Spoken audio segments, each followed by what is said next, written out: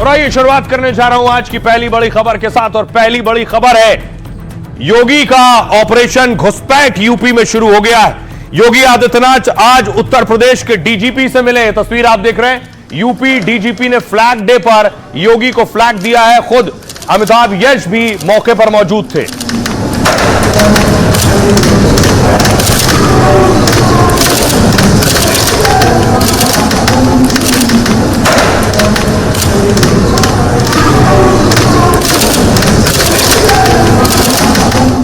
दूसरी तरफ देखिए, तौकीर रजा के करीबी की इमारत गिरा दी गई है। कल से बुलडोजर चल रहा था, आज एक और इमारत पूरी तरह से जमींदोज हो गई।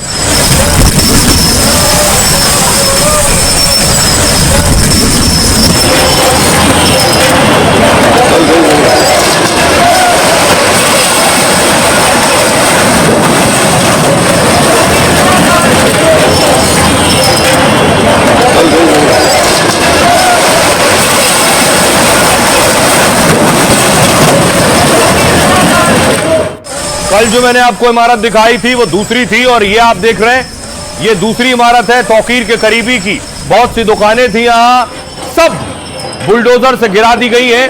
और आरोप था कि अवैध तरीके से निर्माण कर बनाई गई 25 करोड़ रुपए की लागत से ये इमारतें बनी थी।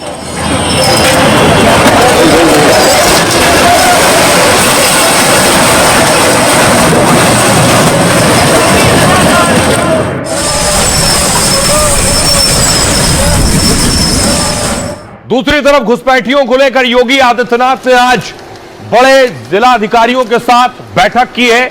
इस बड़ी बैठक में योगी आदित्यनाथ ने साफ ऑर्डर दिए कि यूपी में जो भी घुसपैठ करके घुसा है उस पर कड़ी कार्रवाई और कड़ा एक्शन लेना चाहिए। पुलिस को ऑर्डर दे दिया है, तलाश शुरू करिए। अगली तस्वीर देखिए जरा, पुलिस ने किस तरह से, पुलिस अब इस तरह से एक्शन शुरू करेगी। पेट्रोलिंग के जरिए, सर्च ऑपरेशन के जरिए घुसपैठियों पर नकेल लगाई जाएगी।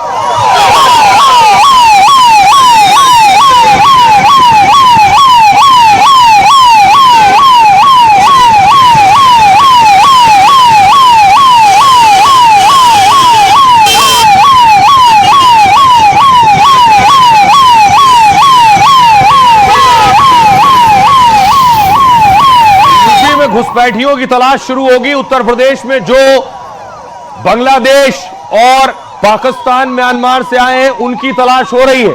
इस तरह की तलाश शुरू हुई। आपको बताऊं, बंगाल में तो किस तरह से भगदड़ मची थी, और इसी तरह से उत्तर प्रदेश में भी भगदड़ शुरू होगी जब घुसपैठियों की ढूंढ होगी।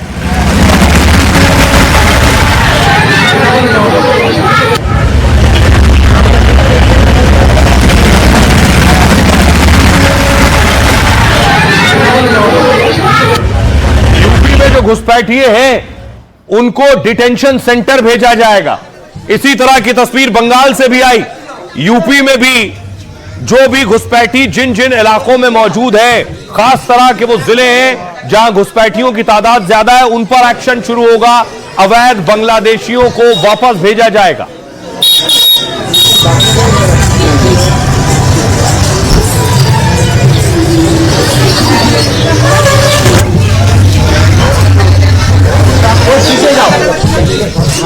घुसपैठ ये लोग करवा रहे हैं बांग्लादेशी घुसपैठियों का। अगर डेमोग्राफी चेंज इसी प्रकार की होगी, आने वाले समय में घरों के अंदर घंटी और शंख भी नहीं बजाने देंगे।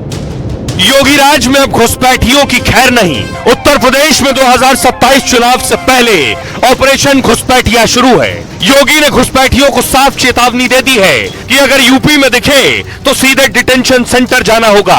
अगले 2 साल में पश्चिम बंगाल, केरल, असम के साथ उत्तर प्रदेश में चुनाव होना है, जहां घुसपैठ के मुद्दे पर बीजेपी विपक्ष पर हमलावर हो सकती है। जो भारत का नागरिक नहीं है, जो घुसपैठ करके आया है, भारत के संविधान के तहत न्याय सम्मत कार्रवाई होती रहेगी। देश कोई धर्मशाला नहीं है।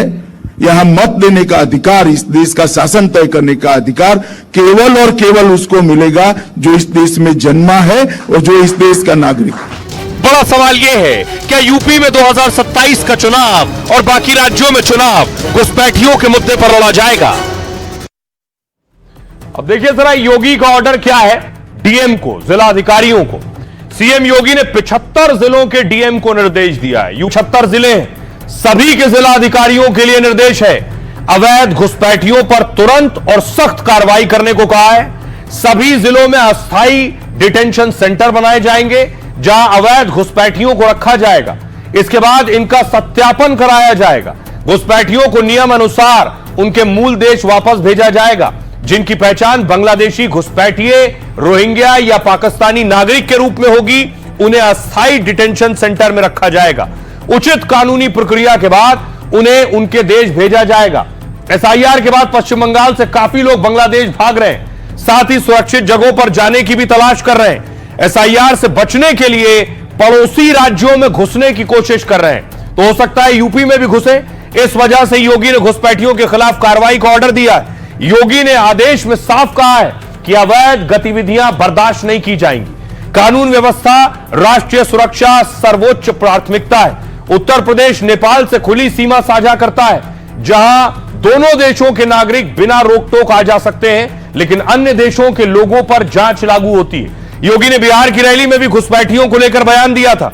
सभी घुसपैठियों को राज्य से बाहर निकाला जाएगा।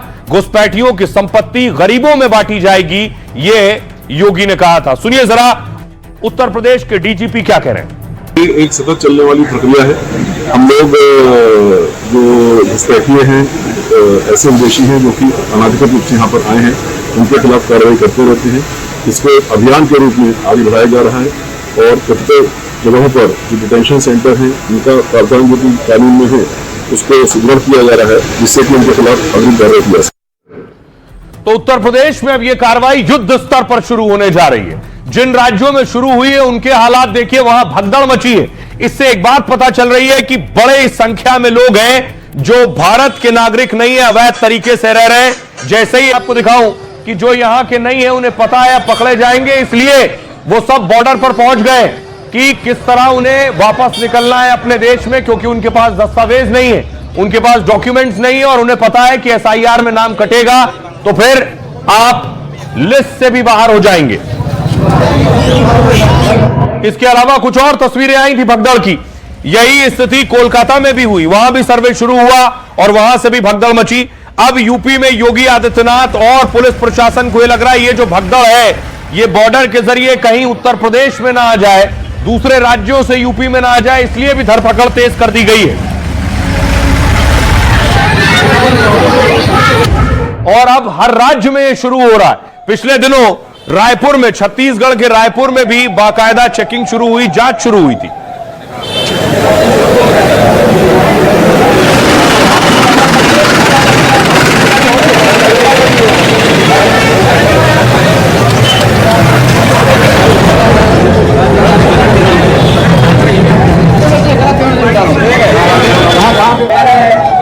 अब देखिए जरा किस राज्य में क्या हालात हैं। बॉर्डर की स्थिति यह है कि भारत और बांग्लादेश का जो बॉर्डर है ज्यादातर तो पेट्रोलिंग होती है, लेकिन बहुत सी ऐसी जगह हैं जो पोरस हैं जहां से बांग्लादेशी घुसपैठ कर जाते हैं भारत में। 2004 में यूपीए सरकार ने अवैध बांग्लादेशियों पर एक आंकड़ा जारी किया।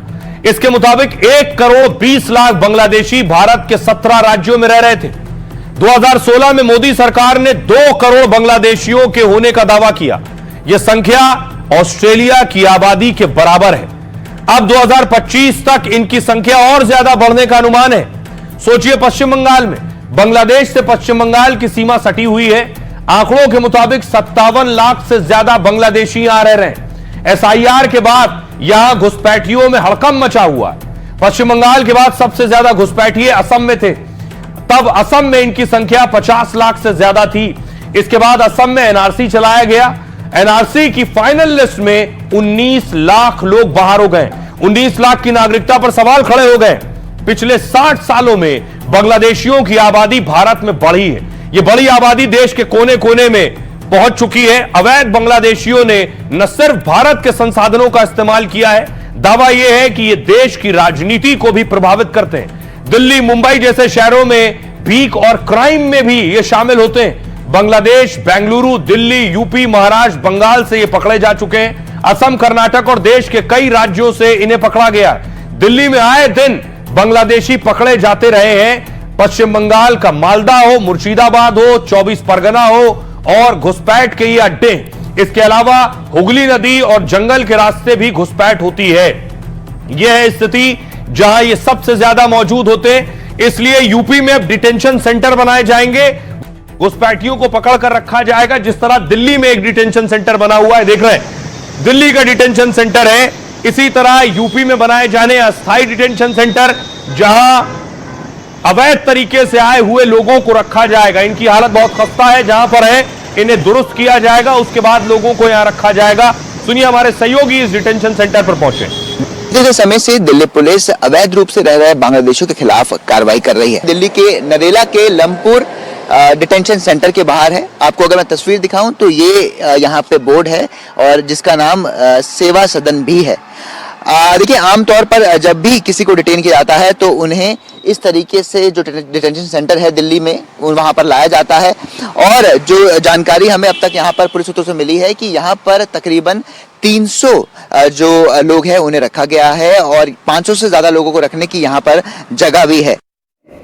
तो दिल्ली का डिटेंशन सेंटर जहां 300 लोग फिलहाल मौजूद हैं और 500 को रखने की क्षमता है। लेकिन सुनिए जरा, जैसे ही घुसपैठियों पर एक्शन की बात होती है, बहुत से लोग इसे धर्म से भी जोड़ देते हैं। तो सुनिए मौलाना क्या कह रहे हैं। सरकार अपना काम कर रही है और सरकार उन तमाम, मैं समझता हूं कि खाली उत्तर प्रदेश नहीं, पूरे भारत के अंदर जितने भी घुसपैठी हैं भारत के अंदर हैं, उन सबको ढूंढ ढूंढ कर पकड़ना चाहिए और उनको जो भारत का कानून है उसकी सजा जो उनको देनी चाहिए या उनके देश उनको वापस भेजना चाहिए।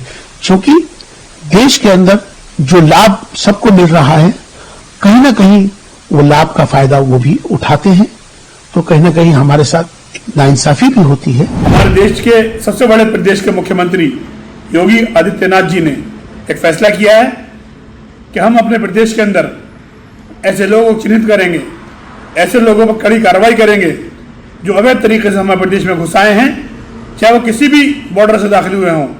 उनको या तो देश से बाहर निकाला जाएगा या उनका ठिकाना जेल होगा। इसलिए देश के सभी जिम्मेदार लोग इसके समर्थन में हैं।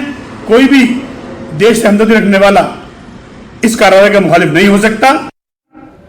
अब सवाल यह है कि योगी आदित्यनाथ ऑपरेशन घुसपैठिया शुरू कर रहे हैं, तो सियासतदानों को लग रहा है क्या 2027 का सबसे बड़ा मुद्दा ऑपरेशन घुसपैठिया होगा, क्योंकि इसका ताल्लुक राष्ट्रवाद से भी है जो बीजेपी के एजेंडों को सूट करता है। ये देखिए, एसआईआर शुरू हुआ, वोटर लिस्ट रिवीजन का काम शुरू हुआ, तो घुसपैठियों की पहचान का दावा किया गया। ममता बनर्जी इसके खिलाफ पदयात्रा किया एसआईआर के खिलाफ।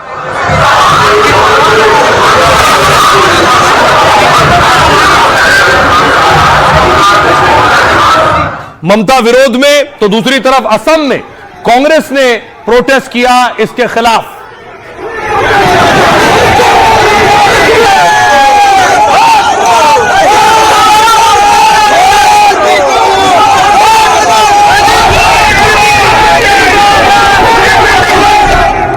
देखिए इस पर सियासतदान क्या कह रहे हैं। सबसे पहले गृह मंत्री अमित शाह कह रहे हैं घुसपैठियों को पता लगाकर उन्हें देश से निकालेंगे, हर किसी को आने दिया तो भारत धर्मशाला बन जाएगा, वोट का अधिकार सिर्फ भारतीयों को है। अखिलेश यादव कह रहे हैं पिछले 11 सालों से आपकी सरकार है, अगर घुसपैठिए आ रहे हैं तो इसके लिए जिम्मेदार कौन है। कुणाल घोष कह रहे हैं बीजेपी दावा करती है कि घुसपैठिए देश में घुस रहे हैं, लेकिन इसकी जिम्मेदारी केंद्रीय गृह मंत्री अमित शाह की है, क्योंकि सीमा सुरक्षा उनके अधिकार क्षेत्र में आती है। असदुद्दीन ओवैसी कह रहे हैं हम बता रहे हैं कि घुसपैठिए दिल्ली में ही बैठे हुए हैं, बांग्लादेश ने उन्हें बाहर फेंक दिया, शेख हसीना को भारत में क्यों रखा गया है, वापस भेज दो, वो भी तो बांग्लादेशी हैं। हेमंता बिस्वा शर्मा कह रहे हैं अगर कांग्रेस को घुसपैठियों से इतनी दिक्कत है, इतनी ही मोहब्बत है, तो उन्हें राहुल गांधी के घर क्यों नहीं भेज देती है। सुनिए जरा सियासतदान क्या कह रहे हैं इस पर। सीमांचल में बांग्लादेशी है तो बोलना सीमांचल में नहीं है, दिल्ली में मोदी की एक मुंह बोली बहन है, जिसको बांग्लादेश की जनता ने भगाया तो वो मोदी के पास आ गई। मोदी ने कहा मेरी बहना मेरे छत्र छाया में रहना। हम मोदी जी को बोलेंगे आप सीमांचल को लाओ, हम उसको बताएंगे बांग्लादेश का रास्ता और उसको धकेल देंगे बांग्लादेश। प्रदेश में अगर घुसपैठ हुई है तो आखिर जिम्मेदारी राज्य सरकार की भी है, केंद्र सरकार की भी है। केंद्र में भी भाजपा की सरकार, राज्य में भी भाजपा की सरकार। भाजपा केवल राजनीतिक लाभ लेने के लिए इस तरह के मुद्दे उठाती है। आज तक केंद्र की सरकार घुसपैठियों के बारे में कोई आंकड़े पेश नहीं कर पाई है। ये केवल भारतीय जनता पार्टी का एक छलावा है, मुद्दों से जनता का ध्यान बांटने का एक प्रयास। 10 साल हो गए, अब विदाई का समय है जब बीजेपी योगी आदित्यनाथ जी की सरकार को, तब उनको घुसपैठियों की याद आ रही है। आप बताइए कि 10 साल में कितने घुसपैठी आपने बाहर किया या कितनों को चिन्हित किया या कितनों पर कार्रवाई हुई? जब संविधान और लोकतांत्रिक तरीकों से लोग अपने कागज पेश करके वोटर लिस्ट में नाम बढ़ा रहे हैं तो उन्हें घुसपैठिए कहना पूर्ण रूप से अनुचित है और ये बड़े पैमाने पर मुस्लिम मतदाताओं के वोटर लिस्ट से नाम काटने की साजिश है। योगी आदित्यनाथ के खिलाफ एजिटेशन कर रही हैं, प्रोटेस्ट कर रही हैं, प्रेसिडेंट ऑफ इंडिया से मिल रही हैं। जाहिर है इनके अंदर कौन जाएगा, इनमें मुसलमानों को बंद किया जाएगा इलीगल इमिग्रेंट्स के नाम पे। तो ये न सिर्फ ये कि संविधान के मुताबिक है, बल्कि इससे बड़ी तानाशाही क्या हो सकती है, और इस तानाशाही के खिलाफ सबको इकट्ठा होना चाहिए। विदेश के दूसरे देशों के मुस्लिम घुसपैठिए, ये कोई भी घुसपैठिया अगर आता है और हमारे देश के मुसलमानों का हक छीनता है, तो ये हमारे देश के मुसलमानों का हक सो कॉल्ड इंडिया गठबंधन के लोग क्यों छीनवाना चाहते हैं? तो केवल हमारे देश के मुसलमानों को उनका हक मिले जो प्रदेश की सरकारों का और देश की सरकारों के जो स्कीम है, तो उन्हें चिन्हित करने के लिए बोला गया है। तो क्या सियासतदानों को सूट करता है इस तरह के मुद्दों को धार्मिक रंग देना? क्योंकि सिर्फ भारत नहीं है जहां घुसपैठ एक मुद्दा है और घुसपैठियों को बाहर भेजना है। अगली तस्वीर में आपको दिखाऊं, अमेरिका और सऊदी अरब में भी घुसपैठ एक बड़ा मुद्दा है। ट्रंप ने बाकायदा चुनाव लड़ा इस पर। अमेरिका की तस्वीरें आपको याद होंगी, कैसे घुसपैठियों को ट्रंप ने भगाया है। तस्वीर में आपको अगली दिखाऊं, अमेरिका की यह तस्वीर। जब ट्रंप ने एक्शन लेना शुरू किया तो अमेरिका में जो अवैध तरीके से रह रहे थे वो सब भागने शुरू हुए।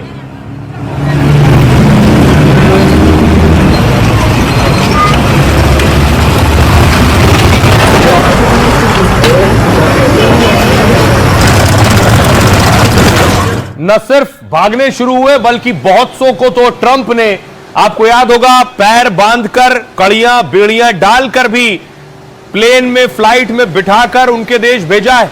और बहुत से भारतीय भी अवैध तरीके से जो रह रहे थे उन्हें भी भेजा गया है।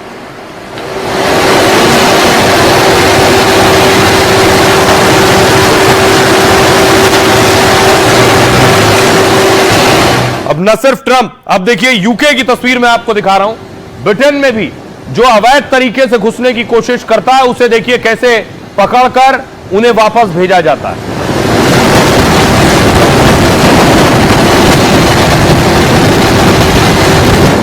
तो घुसपैठियों को कोई देश नहीं रखना चाहता, यह सच है। सऊदी अरब भी इसमें पीछे नहीं है।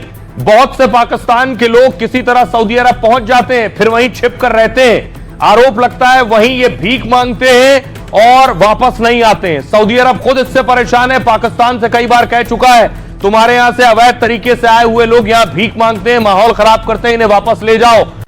ये भारत में घुसपैठ पर इशू होता है तो ये सियासी इशू है, लेकिन अमेरिका में तो ट्रंप ये एक्शन ले चुके हैं। अमेरिका में अवैध घुसपैठियों की संख्या करोड़ों में। 2023 में 1 करोड़ 20 लाख से ज्यादा इनकी संख्या थी। इसमें से कई अवैध रूप से अमेरिका में दाखिल हुए, कुछ लोग वीजा अवधि खत्म होने के बाद भी रुके। ट्रंप प्रशासन ने अवैध प्रवासियों के खिलाफ कार्रवाई तेज की। ट्रंप ने चुनाव प्रचार के दौरान भी इसे जोर शोर से उठाया। हाल में अमेरिका में घुसपैठ को लेकर कई जगह पर कड़ा एक्शन हुआ है। अमेरिका मैक्सिको सीमा पर करीब 48 जगह पर जहां घुसपैठ हुई। इसके अलावा 330 बंदरगाह भी हैं जहां से अमेरिका में घुसने की संभावना है। लॉस एंजलिस, शिकागो में ट्रंप प्रशासन ने इनके खिलाफ जोरदार कार्रवाई की है। शिकागो में अवैध प्रवासियों के खिलाफ ऑपरेशन का विरोध भी हुआ। नेशनल गार्ड्स ने प्रदर्शनकारियों की भिड़ंत हो गई थी। आपको याद होगा सऊदी अरब में 1 करोड़ अप्रवासी कामगार रहते हैं। ये सऊदी अरब में कार्यरत कुल लोगों की आधी संख्या है। ये सऊदी अरब के दफ्तरों में काम करते हैं। पाकिस्तान के लाखों भिखारी सऊदी अरब में रहते हैं जिन्हें समय समय पर सऊदी अरब डिपोर्ट करता रहता है। हज से पहले यहां करीब 20,000 लोगों को गिरफ्तार किया गया था। हज के दौरान सुरक्षा व्यवस्था के लिए सख्त कदम उठाए गए थे। अरब देशों में सऊदी अरब सबसे बड़ी अर्थव्यवस्था है और इसी वजह से काफी संख्या में अवैध प्रवासी यहां पहुंचते हैं। सऊदी अरब में करीब 50 लाख अवैध प्रवासी इथियोपिया के होते हैं। ये जो बेहद खतरनाक डंकी रूट का इस्तेमाल कर यहां पहुंचते हैं और हजारों लोग सुरक्षा बलों की गोली का शिकार भी हो जाते हैं। सुनिए जरा, हमने लोगों से पूछा कि योगी आदित्यनाथ ऑपरेशन घुसपैठिया चला रहे हैं, क्या कह रहे हैं यूपी के लोग। मुसलमानों को टेंशन लेने की जरूरत है ही। मुसलमान तो बहुत पहले से, आजादी से भी पहले से, सैकड़ों सालों से मुसलमान यहाँ रहते हुए आए हैं। मुसलमानों को घबराने की जरूरत ही नहीं है। और अगर कोई घुसपैठिया है, दूसरे मुल्क से आए हैं, तो योगी जी क्या करेंगे? हम लोग खुद तैयार हैं, पकड़ पकड़ के देंगे उन्हें। घुसपैठिया है उसके लिए हम सहयोग करेंगे और उसके साथ रहेंगे। घुसपैठिए हमारे देश में नहीं रहने चाहिए और हमारे देश की विडंबना इतनी तगड़ी हो चुकी है कि जो हमारे नेता है वो विदेशों से आ जाते हैं और वोटर बांग्लादेश से आ जाते हैं। इन सबको पहचान कर वापस भेजने की बहुत जरूरत है। ये हर फैक्ट्रियों में है, ये घरों में है। ये घरों में सत्यापन होने की जरूरत, जितनी फैक्ट्रियां हैं उन फैक्ट्रियों में भी सत्यापन होना चाहिए। बहुत ही सराहनीय कदम है। ये कदम तो कायदे में 10 साल पहले हो जाना चाहिए था। जहाँ जहाँ भी ये रोहिंग्या घुसे हैं वहाँ पे उन्होंने तबाही का काम किया। जो लोग बाहर से आए हुए हैं उनकी ईमानदारी से उनकी जांच हो और जांच के उपरांत उन पर कार्रवाई हो, तभी मामला ये जो मुख्यमंत्री जी ने जो आदेश किया है, खाली ये हवाई आदेश न बनकर रह जाए, इस पर क्रियान्वित इसको होना चाहिए ईमानदारी के साथ, तब जाकर के कुछ भला होगा। 90% उग्रवादी यही लोग हैं। इनको बाहर निकलना ही चाहिए यहाँ से और निकालना भी चाहिए इन्हें यहाँ से। तो आपने सुना लोगों को, लोग उसके हक में हैं। योगी आदित्यनाथ ने खुद पिछले दिनों एसआईआर का फॉर्म भरा। ये तस्वीर आप देख रहे हैं, एसआईआर का फॉर्म योगी भर रहे हैं। सबसे पहला फॉर्म योगी ने भरा एसआईआर पर और उसके बाद यूपी में भी यह सर्वे शुरू हुआ। तस्वीर में आपको दिखाऊं, देश के अलग अलग राज्यों में सर्वे शुरू हुआ है, जिसमें पश्चिम बंगाल भी शामिल है, उत्तर प्रदेश शामिल है, दूसरे और राज्यों में हो रहा है। बहुत से सियासतदान इसका विरोध भी कर रहे हैं, बीएलओ जा रहे हैं जो इसमें आगे का काम कर रहे हैं। लेकिन इसमें अगली तस्वीर में आपको दिखाऊं, बीएलओज ने सुसाइड किया है, कुछ बीएलओ की मौत हो गई है। बूथ लेवल ऑफिसर जो है, इनको यह ड्यूटी दी जाती है सर्वे की। कईयों ने सुसाइड किया है, कईयों की मौत हुई है। इसके बाद सियासतदान सवाल कर रहे हैं कि दरअसल एक साथ बर्डन बहुत ज्यादा है, बोझ बहुत ज्यादा है, काम बहुत बड़ा करना है, इस काम के बोझ तले आत्महत्याएं हो रही हैं। बिहार के बाद 12 राज्यों में एसआईआर की प्रक्रिया चल रही है। 4 नवंबर को इन राज्यों में वोटर रिवीजन हो रहा है, लेकिन कई राज्यों से बीएलओ की मौत की खबरें आई हैं। कुछ राज्यों में बीएलओ के सुसाइड के मामले भी सामने आए हैं, तो कुछ जगहों पर हार्ट अटैक से मौत भी हुई है। बीएलओ की मौत को लेकर सियासी पारा चढ़ गया है। राहुल गांधी कह रहे हैं एसआईआर के नाम पर देश में अफरा तफरी मचा रखी है। 3 हफ्ते में 16 बीएलओ की जान चली गई है। हार्ट अटैक, तनाव, आत्महत्या, एसआईआर कोई सुधार नहीं, थोपा गया जुल्म है। ममता बनर्जी कह रही है एसआईआर बेहद चिंताजनक स्थिति में पहुंच गया है। यह अभियान अनियोजित, खतरनाक तरीके से चलाया जा रहा है। यह प्रक्रिया अराजक, बलपूर्वक और खतरनाक है। अखिलेश कह रहे हैं बीजेपी और चुनाव आयोग मिलकर नाम काटने की साजिश रच रहे हैं। जहां समाजवादी पार्टी का वोट बैंक मजबूत है, वहां वोटर हटाए जा सकते हैं। इन जगहों से 50,000 तक वोटर हट सकते हैं। गृह मंत्री अमित शाह कह रहे हैं भारत में घुसपैठ रोकना न केवल देश की सुरक्षा के लिए आवश्यक है, बल्कि देश की लोकतांत्रिक व्यवस्था को प्रदूषित होने से बचाने के लिए घुसपैठ को रोकना आवश्यक है। कुछ राजनीतिक दल इन घुसपैठियों को बचाने में लगे, वो मतदाता सूची में किए जा रहे शुद्धिकरण के खिलाफ है। सुनिए जरा इस पर सियासतदान क्या कह रहे हैं। चुनाव आयोग एसआईआर करा रहा है, वोटर लिस्ट नहीं बना रहा है। ये मान के चलिए कि वोटर लिस्ट नहीं बन रही है, और नई इसलिए बना रहे हैं कि 2024 में लोग हार गए यूपी। 2024 की हार को जीत में बदलने के लिए जो मॉडल बिहार में अपनाया कि जीती हुई सीटें जो विपक्षी हैं उनके वोट ज्यादा कटवा दो। मैं आज आपसे कह रहा हूं, जब फाइनल लिस्ट निकलेगी तब आप देख लेना ये बात। जहां जहां समाजवादी पार्टी जीती है वहां पर 50,000 वोट कम करने जा रही हैं। अखिलेश यादव जी बिहार चुनाव के बाद घबरा गए। वो 27 की राह देख रहे थे, लेकिन अभी 47 तक उनके लिए कोई रास्ता नहीं है।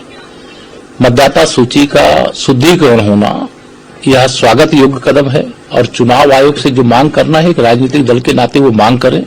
लेकिन गुंडों के बल पर, अपराधियों के बल पर, माफियाओं के बल पर, दंगाइयों के बल पर, भ्रष्टाचारियों के बल पर चुनाव नहीं जीते जाते। उसके लिए भारतीय जनता पार्टी के कार्यकर्ताओं की तरह दिन रात बूथ पर मेहनत करना पड़ता है। एसआईआर के माध्यम से ये लोगों का वोट छीन रहे हैं और ये वोट छीनकर इस देश के लोगों की नागरिकता भी छीन रहे हैं, क्योंकि दूसरा कदम होगा नागरिकता छीनने का। इसलिए इस देश में अगर नागरिकता छिन गई और वोट उनके मन से वोटर लिस्ट बन गई तो फिर लोकतंत्र बचेगा कहां? कि एसआईआर के कारण उनकी सारी जो धांधली है चुनाव सूची को लेकर, वो सारी धांधली देश और दुनिया के सामने आएगी। इस बात का उन्हें भय है। किस बात का भय है उन्हें? आदरणीय प्रधानमंत्री मोदी जी के नेतृत्व में बड़ी पारदर्शिता के साथ चुनाव होंगे।